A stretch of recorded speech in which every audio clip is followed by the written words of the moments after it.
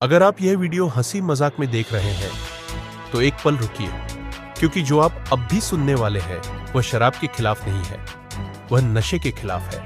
यह कहानी गोंड समाज की है, जहां शराब विनाश नहीं, संयम और संस्कृति थी। शराब नहीं थी, पेय था। आज जब शराब शब्द सुनते हैं तो आंखों के सामने टूटते घर, रोते बच्चे और बर्बाद जिंदगियां आती है। लेकिन गोंड समाज में शराब को कभी नशा नहीं कहा गया, उसे कहा गया पेय, यानी जीवन को संभालने वाला रस। वह बोतलों में बंद जहर नहीं था, वह प्रकृति से निकला संतुलन था, जंगल था, हमारी प्रयोगशाला। हमारे पूर्वज किताबों से नहीं पढ़े थे, लेकिन प्रकृति को पढ़ना जानते थे। महुआ के फूल, बारिश का पानी और सूरज की गर्मी, इन तीनों ने मिलकर जो बनाया वह शराब नहीं थी, वह प्राकृतिक औषधि थी। न उसमें मिलावट थी, न लालच।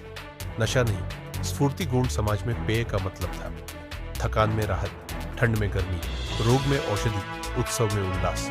लेकिन याद रखिए, कोई अकेले नहीं पीता था, हर रोज नहीं पीता था। सीमा तोड़ना अपराध था, यही था असली अनुशासन। जहां आत्मा जागती थी, पेनाकड़ा में पेय लिया जाता था, लेकिन अपने आप को भूलने के लिए नहीं, बल्कि समाज से जुड़ने के लिए। गीत गाने से पहले, कथा कहने से पहले, नृत्य से पहले। यह नशा नहीं था, यह संवेदनाओं का जागरण था। मर्यादा थी, डर नहीं। हर गांव में बुजुर्ग थे, नियम थे, निगरानी थी। अगर कोई सीमा तोड़ता तो समाज उसे रोकता। आज की तरह जो मन करे करो, ऐसा कभी नहीं था। जब बाजार आया तब विनाश आया। समस्या शराब नहीं है, समस्या है बाजार की शराब, जहां मुनाफा पहले है, इंसान बाद में। आज की शराब घर तोड़ रही है, युवा खोखले कर रही है, संस्कृति मिटा रही है। यह गोंड समाज की शराब नहीं है, यह संस्कृति विहीन नशा है। आज सवाल हमसे है, अगर हमारे पूर्वज आज होते तो वे पूछते, क्या इसीलिए हमने ज्ञान दिया था? आज जरूरत है नशे से मुक्ति की, संयम की वापसी की, बाजार की शराब छोड़ने की, परंपरा समझने की। बच्चों को सच बताइए, शराब और नशे में फर्क सिखाइए, सामूहिक नियम लौटाइए, उत्सव में सीमित उपयोग समझाइए, अकेले पीने को गलत मानिए। यही गोंड रास्ता है। शराब हमारे लिए कभी विनाश नहीं थी। विनाश तब शुरू हुआ जब संयम टूट गया और बाजार आ गया। आज फैसला हमें करना है, नशे की ओर जाना है या संस्कृति की ओर लौटना है। गोंड समाज की पहचान नशे में नहीं है, वह संतुलन में है। शराब को नशा मत बनाइए, संस्कृति समझिए। पेय को जहर मत बनाइए, औषधि समझिए। और गोंड समाज को कमजोर मत समझिए, वह आज भी जाग सकता है। बहुत पुराने समय की बात है, न किताबें थी, न प्रयोगशालाएं, न कोई आधुनिक तकनीक, लेकिन ज्ञान की कोई कमी नहीं थी, क्योंकि उस समय ज्ञान कागज पर नहीं, प्रकृति की गोद में बसता था। वह प्रयोगशाला नहीं थी, वह जंगल था, और उस जंगल में रहते थे वे बुजुर्ग, हमारे पूर्वज, जो पेड़ों की भाषा समझते थे, पक्षियों के संकेत पढ़ते थे और हवा की चाल से भविष्य भाप लेते थे। एक दृश्य जिसने इतिहास रच दिया। एक दिन एक बुजुर्ग अपने खेत की ओर जा रहे थे, तभी उनकी नजर एक अजीब दृश्य पर पड़ी। एक पक्षी बार बार उड़ता, फिर किसी पुराने खोखले पेड़ में जाता, कुछ पल वहां रुकता और लौटकर जमीन पर लौटने लगता। उसकी चाल में न डर था, न पीड़ा, बल्कि एक अजीब सी मस्ती थी। यह सामान्य नहीं था, जिज्ञासा।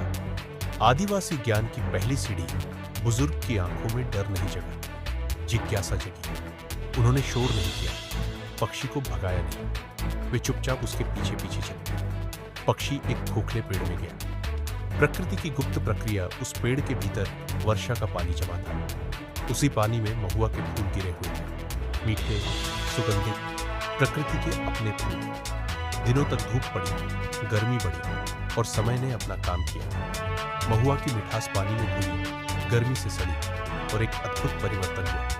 पेड़ के तने के भीतर छोटी छोटी तरल बूंदें बनने लगी, न हाथों से बनाई गई, न किसी औजार से, सिर्फ प्रकृति द्वारा तैयार की गई। पक्षी बना पहला गुरु। वही पक्षी उन बूंदों को पी रहा था। उसके हाव भाव बदले हुए थे, लेकिन वह घायल नहीं था, बीमार नहीं था, वह आनंदित था। यह नशा नहीं था, यह प्रकृति का प्रभाव था। और उसी क्षण मनुष्य ने एक नया अनुभव देखा। विज्ञान से पहले विज्ञान उस बुजुर्ग ने समझ लिया, यह कोई साधारण पानी नहीं था, यह प्रकृति की एक गूढ़ जैविक प्रक्रिया थी।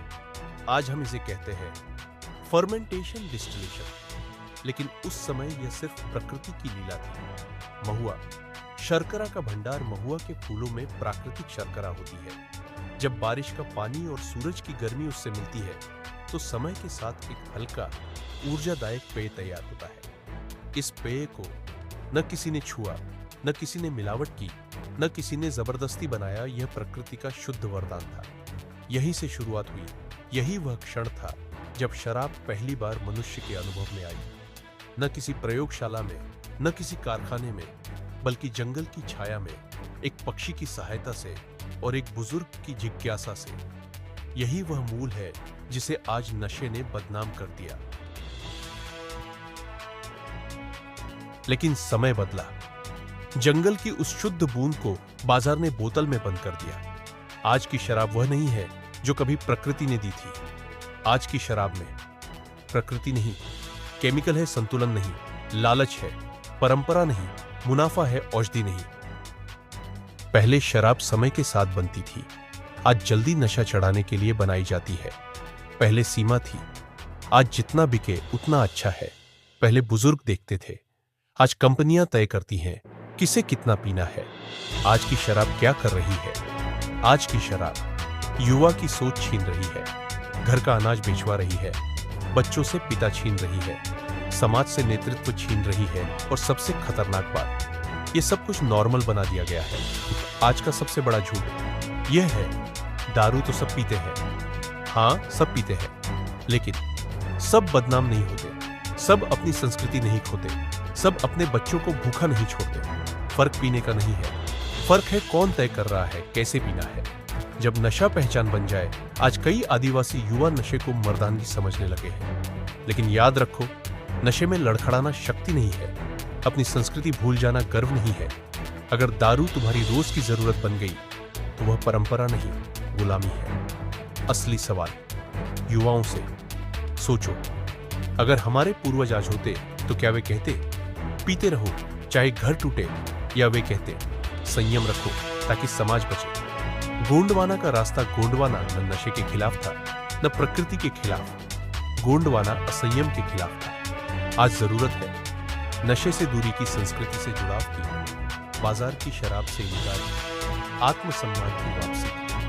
पहले शराब जीवन का हिस्सा थी, आज शराब जीवन की दुश्मन बन रही है। गलती भूल की नहीं है, गलती हमारी भूल की है। अब तय करो, बोतल चलेगी या बुद्धि, नशा चलेगा या गोंडवाना।